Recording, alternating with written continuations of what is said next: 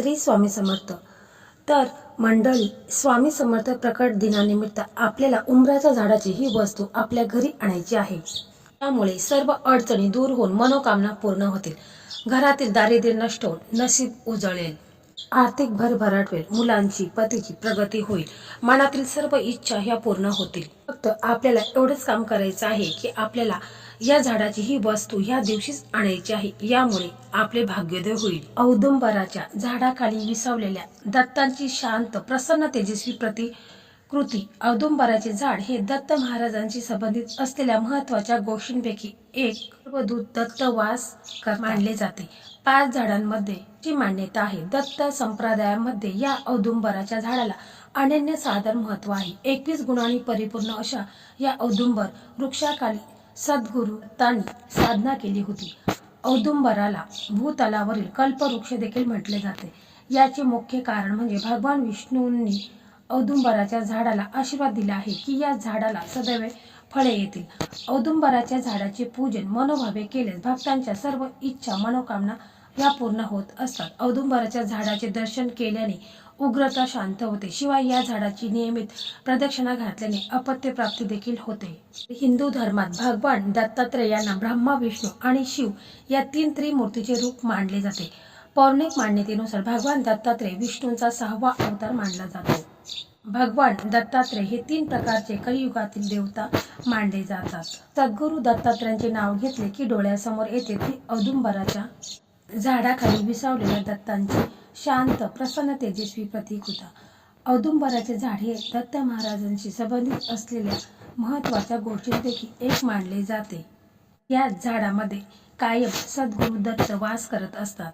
औदुंबराच्या झाडाच्या पूजेचा एक ठराविक दिवस नसला तरी नवग्रहामध्ये हा एक प्रमुख वृक्ष आहे। या झाडावर शुक्राचे राज्य मानले जाते आणि ते वृषभ आणि तुल राशीचे प्रतिनिधित्व वृक्ष आहे। या झाडाचे अनेक फायदे आहेत ज्यामध्ये सर्वसामान्यांना माहिती नाही। या झाडाचे फळे, पाने, मुळे इत्यादीचा उपयोग अनेक रोग बरे करण्यासाठी तर होताच, पण ग्रहांमुळे होणारे अनेक दोष दूर होतात। औदुंबराच्या मंद गतीने प्रदक्षिणा केल्यावर मोठे पुण्य जमा होते। या झाडाच्या 1 लक्ष प्रदक्षिणा केल्याने कुष्ठरोग सारखे भयंकर रोग देखील जातात। औदुंबराच्या सावलीत जपानुष्ठान केल्याने आध्यात्मिक ज्ञानाची प्राप्ती होते आणि जपाचे अनंतपटीने फळ मिळते। औदुंबराखाली पाणी ठेवून त्या पाण्याने स्नान केल्याने भागीरथी नदी स्नान केल्याचे पुण्य मिळते। औदुंबराची सेवा केल्याने धन, संपत्ती, आरोग्य सर्व प्रकारचे ऐश्वर्य प्राप्त होतात। अशा ह्या पवित्र झाडाची ही वस्तू आपण घरी आणली तर आपल्या सर्व मनोकामना इच्छा आहेत त्या देखील पूर्ण होत असतात। समजा तुमची एखादी इच्छा आहे आणि ती पूर्ण होत नाही तर तुम्ही या झाडाची ही वस्तू जर आणली आणि मनोभावे व्यवस्थित तिचं पूजन केलं तर तुमची कितीही कठीणातली कठीण इच्छा असेल तर ती देखील पूर्ण होईल। खूप प्रभावी आणि साधी सेवा आहे। तर पहा, स्वामी समर्थ प्रकट दिनानिमित्त आपल्याला उंबराच्या झाडाची ही वस्तू आपल्या घरी आणायची आहे। यामुळे तुमची कितीही कठीणातली कठीण इच्छा पूर्ण होईल। तर 20 मार्चला शुक्रवारी स्वामी समर्थ प्रकट दिन आहे। तर आपल्याला आदल्या दिवशीच म्हणजेच गुरुवारी आपल्याला ही वस्तू आहे तर ती आणायची आहे। तर आपल्याला गुरुवारी उंबराच्या झाडाजवळ जायचं आहे। घरून निघताना आपण एक तांब्या भरून पाणी घ्यायचं आहे। त्याच्यामध्ये आपण थोडंसं कच्चं दूध टाकायचं आहे आणि फुलं घ्यायची आहेत, अगरबत्ती घ्यायची आहेत आणि तांदूळ घ्यायचे आहेत, म्हणजे अक्षता आपल्याला पिवळ्या केलेल्या अक्षता आपल्याला बरोबर घ्यायच्या आहेत, अगरबत्ती घ्यायची आहे। हे सर्व साहित्य घेऊन आपण उंबराच्या झाडाजवळ जायचं आहे। जिथे कुठे उंबराचं झाड असेल तिथे तुम्हाला जायचं आहे। तिथे गेल्यानंतर प्रथम आपण उंबराच्या झाडाला पाणी अर्पण करायचं आहे आणि तिथे दिवा लावायचा आहे। दिवा लावता वेळेस त्या दिव्यामध्ये थोडंसं आपल्याला चिमूटभर हळद टाकायची आहे आणि मोहरीच्या तेलाचा दिवा लावायचा आहे, अगरबत्ती लावायची आहेत, फुलं अर्पण करायची आहेत। त्याचप्रमाणे आपण उंबराच्या झाडाला प्रदक्षिणा मारायच्या आहेत, 11 प्रदक्षिणा मारायच्या आहेत। प्रदक्षिणा मारता वेळेस आपण उंबराच्या झाडाला जी आपली इच्छा आहे ती बोलायची आहे। तसेच प्रदक्षिणा मारता वेळेस आपण हा मंत्र बोलायचा आहे, दिगंबरा दिगंबरा श्रीपाद वल्लभ दिगंबरा, दिगंबरा दिगंबरा श्रीपाद वल्लभ दिगंबरा असा मंत्र जप आपल्याला 11 वेळा करायचा आहे। आणि त्याच्यानंतर आपण उंबराच्या झाडाजवळ बसायचं आहे आणि मग हात जोडायचे आहेत आणि प्रार्थना करायची आहे की मला उद्या तुझं हे मूळ आहे तर ते मला पाहिजे आहे. मी तुला विनंती करत आहे कारण मला अशा अशा कारणासाठी हे तुझं मूळ पाहिजे आहे. माझी आर्थिक परिस्थिती खूप ढासळलेली आहे.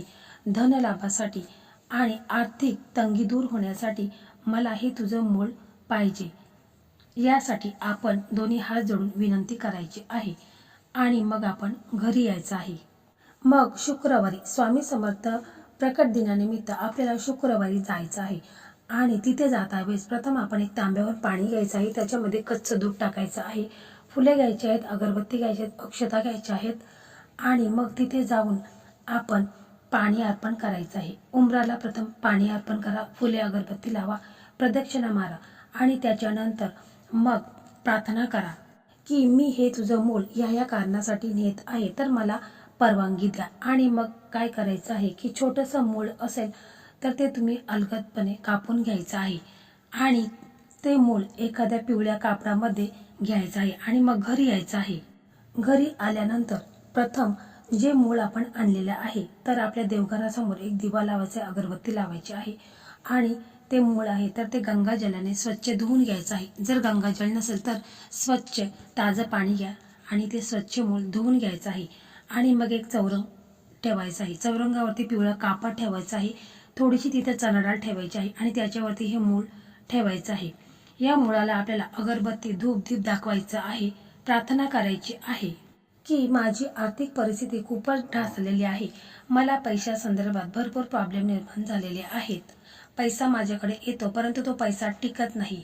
घरामध्ये सतत आजार रोग हे आहेत तर यामुळे पैशाला पैसा लागत नाही. तर अशा प्रकारे तुम्ही माझ्यावर कृपा करा आणि माझ्या घरात लक्ष्मी ही स्थिर स्वरूपात, स्थायी स्वरूपात लक्ष्मीचा वास घरामध्ये राहू द्या. आणि अशा प्रकारे हे जे मूळ आहे तर ते तुम्हाला पिवळ्या कापडामध्ये बांधून घ्यायचं आहे आणि तुमची तिजोरी असेल तर तिजोरीच्या ठिकाणी देखील तुम्ही हे मूळ पिवळ्या कापडामध्ये बांधून ठेवायचं आहे किंवा तुम्ही जर देवघरामध्ये ठेवणार असाल तर तिथे प्रथम तुम्हाला पिवळं कापड ठेवायचं आहे, म्हणजे त्याला आसन द्यायचं आहे आणि त्या आसनावरती तुम्हाला हे जे मूळ आपण ज्याची पोटली बांधलेली आहे तर ते त्या आसनावरती ठेवायचं आहे. रोजच्या रोज तुम्ही जेव्हा पूजा करत असाल त्यावेळेस रोज तुम्ही त्या मुलाची पूजा करायची आहे. यामुळे दत्तगुरूंचा आशीर्वाद, श्री स्वामी समर्थ महाराजांचा आशीर्वाद तुम्हाला प्राप्त होईल. तुमच्या ज्या काही इच्छा मनोकामना आहेत तर त्या देखील पूर्ण होईल. घराची भरभराट होईल, मुलांची प्रगती होईल, मुलांच्या नोकरीबाबत असू द्या, घराबाबत असू द्या, तर सर्व तुमच्या इच्छा पूर्ण होतील. त्याचप्रमाणे तुम्हाला हे जर मूळ तुम्हाला एखाद्या डबीमध्ये ठेवायचं असेल तर तुम्हाला काय करायचं आहे तर एखादी चांदीची डबी घ्या किंवा स्टीलची डबी घ्या, तिच्यामध्ये थोडं कुंकू टाकायचं आहे आणि त्या कुंकवावरती तुम्हाला हे मूळ ठेवायचं आहे. रोजच्या रोज आपण ह्या मुळाची पूजा करायची आहे. त्याला रोज धूप दीप दाखवायचा, अगरबत्तीने ओवाळायचं आहे. ज्या तुमच्या मनात ज्या काही इच्छा आहेत तर त्या पूर्ण होतील. खूप प्रभावी आणि साधी सोपी सेवा आहे. फक्त तुम्हाला मनापासून श्रद्धेने करायची आहे. कारण कोणताही उपाय करत असताना आपल्या मनामध्ये पूर्ण श्रद्धा असणे फार महत्त्वाचं असतं, तरच त्याचं फळ आपल्याला मिळत असतं. फक्त मनापासून श्रद्धेने करा. हा उपाय केल्याने काही दिवसातच तुम्हाला याचा चमत्कार पाहायला मिळेल. तुमच्या घरात जो पैसा येत होता परंतु तो पैसा टिकत नव्हता तर स्थायी स्वरूपामध्ये लक्ष्मीचा स्थायी वास तुमच्या घरामध्ये राहील आणि पैसा तुमच्याकडे यायला लागेल. तुमची जी बिकट परिस्थिती झालेली आहे तर ती देखील दूर होईल. तर मंडळी, अशा प्रकारे आजचा हा व्हिडिओ होता. हा व्हिडिओ तुम्हाला कसा वाटला कमेंटमध्ये नक्की सांगा. व्हिडिओ आवडला तर व्हिडिओला लाईक करा, शेअर करा आणि चॅनलला सबस्क्राईब करा. धन्यवाद.